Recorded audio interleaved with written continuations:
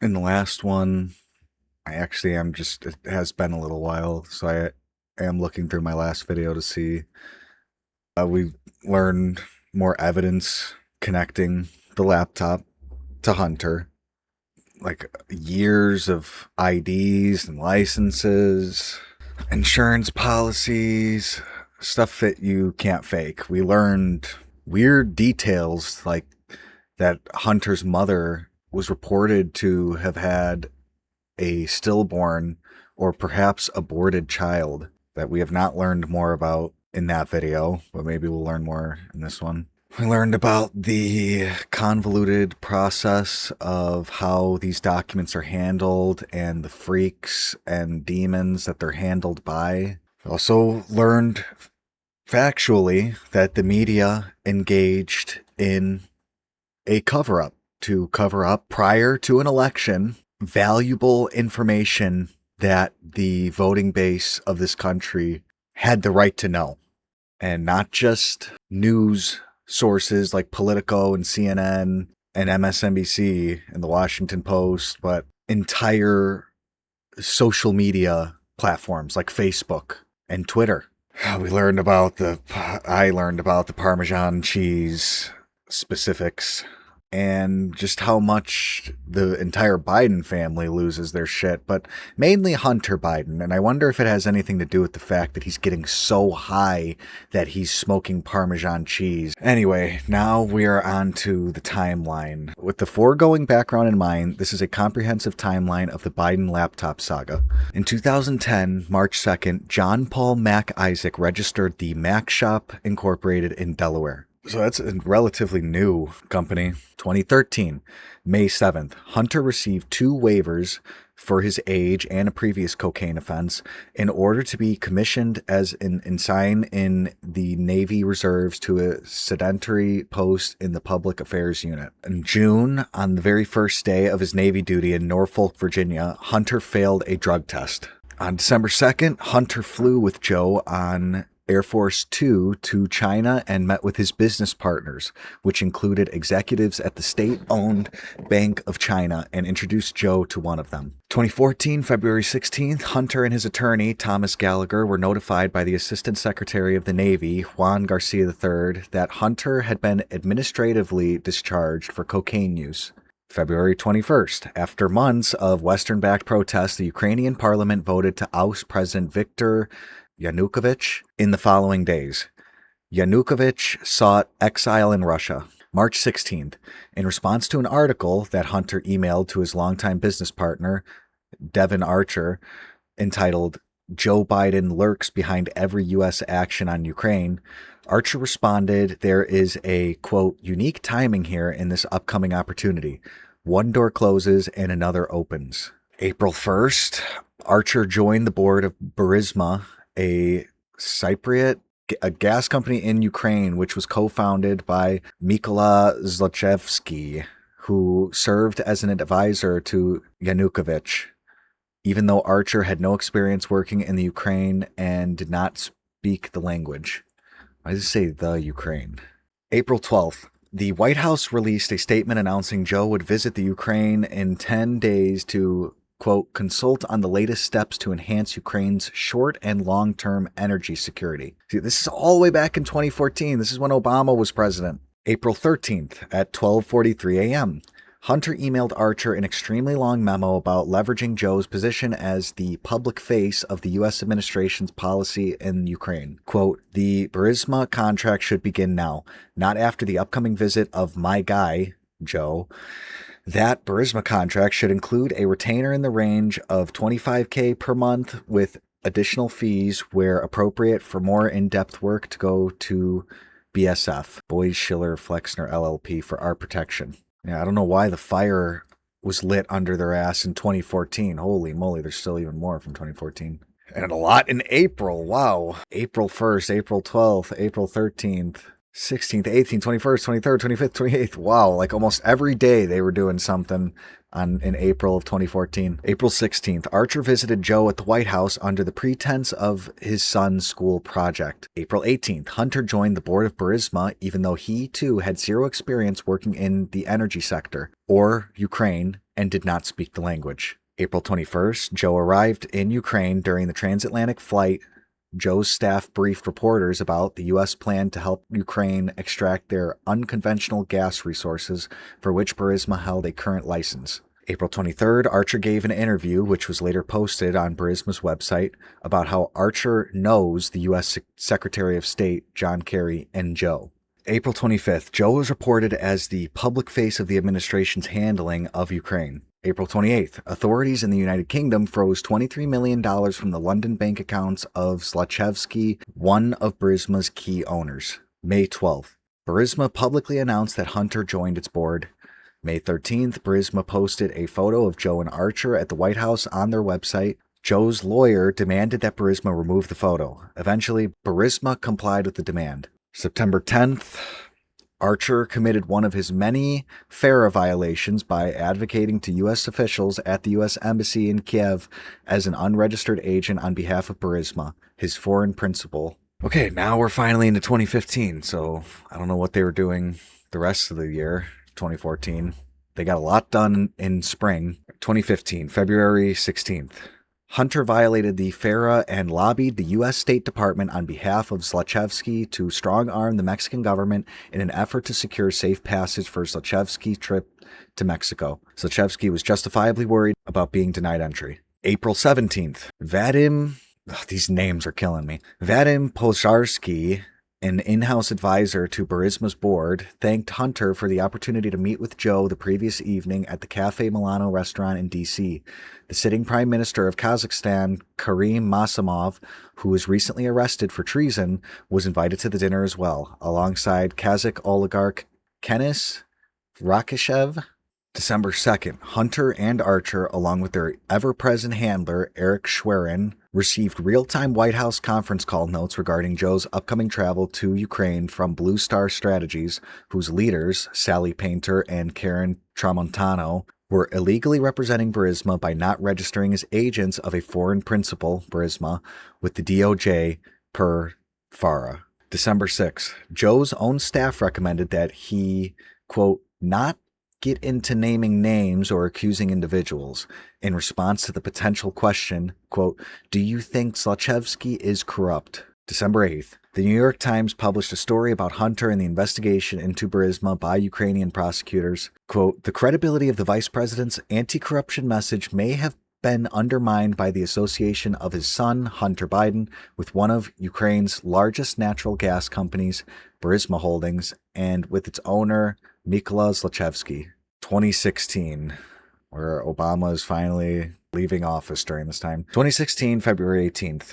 The White House released a statement praising Ukrainian President Petro Poroshenko for firing the Ukrainian prosecutor Viktor Shokin mere weeks after Joe threatened Poroshenko by withholding a $1 billion loan guarantee if Shokin, who was investigating Burisma at the time, were not fired. May 26, John Flynn, an advisor to the vice president, emailed, ordinarily classified, notes about Joe's impending phone call with Poroshenko to Hunter's business email address. Okay, fast forwarding all the way to 2019. Man, I wonder why that could be. Why the Democrats didn't get away with more evil shit from 2016 to 2019. 2019, April 12th at approximately 6:50 p.m. An inebriated Hunter dropped off 3 Apple laptops at the Mac shop for repair. One laptop was unable to be salvaged. The second needed an external keyboard, which Mac Isaac provided, while the data on the third laptop would be able to be transferred to an external hard drive, which Hunter agreed to provide.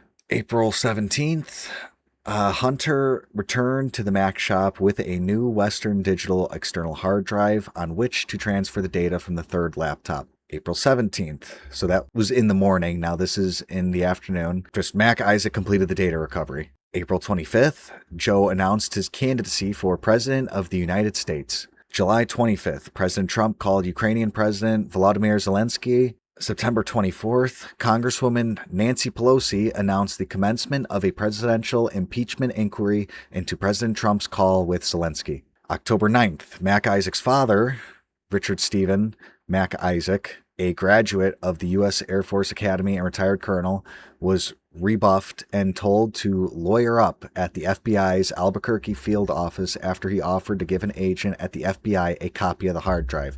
I was literally just about to say that I didn't know that Nancy Pelosi wanted to impeach Trump because of a phone call with Zelensky. You don't think that could have had anything to do with Trump was going to get Zelensky to spill the beans and sell out Biden and the Democrats, do you? Because then they go ahead and go after the shop owner's dad. November 1st, Agent Wilson called Steve Mac Isaac to request contact information for his son. November 21st, Agent Wilson and his colleague, Agent Zelak, went to Mac Isaac's home and spoke with him in his living room about the laptop. Agent Wilson asked Mac Isaac, quote, if he had seen any child pornography on the Biden laptop. Afterwards, Agent Zelak sent John Paul Mac Isaac a text message and requested a, quote, timeline of the events leading up to reaching out to the FBI. So these are the agents that we learned about like in episode 1, Agent Zelak and Agent Wilson. December 9th at approximately 9:52 a.m., Agent Zelak asked Mac Isaac for the serial number of the external drive. He responded, Western Digital, my passport for Mac, serial number. December 9th at approximately 11 a.m., Agents Wilson and Zelak appeared at Mac Isaac's shop and handed him a subpoena for Hunter's laptop and the external hard drive that the laptop data had been transferred onto. When leaving, Agent Zelak told Mac Isaac, quote, in our experience, nothing ever happens to those that don't talk about these things. Mac Isaac was so thrilled that the laptop was leaving his shop that he, quote, didn't hardly notice the odd instructions or the thinly veiled threat. An hour later, Agent Zelak called Mac Isaac as the agents, inexplicably, needed help accessing the drive, indicating that the drive was never sent to the FBI forensics lab near Quantico, Virginia. What in the hell? All right, this is still 2019 and still in December. Now, December 16th, Congressman Jerry Nadler released a report outlining the Democrats' case for impeaching President Trump, which relied on false information about an interagency consensus regarding Shokin needing to be removed as Ukraine's prosecutor general. December 18th, President Trump was impeached by the U.S. House of Representatives. Now 2020. February 5th, President Trump was acquitted on both impeachment counts by the U.S. Senate. February to March, after exasperating rebuffs, Steve Mac Isaac spoke with a staff member for Senator Lindsey Graham about the laptop situation and the FBI slow walk.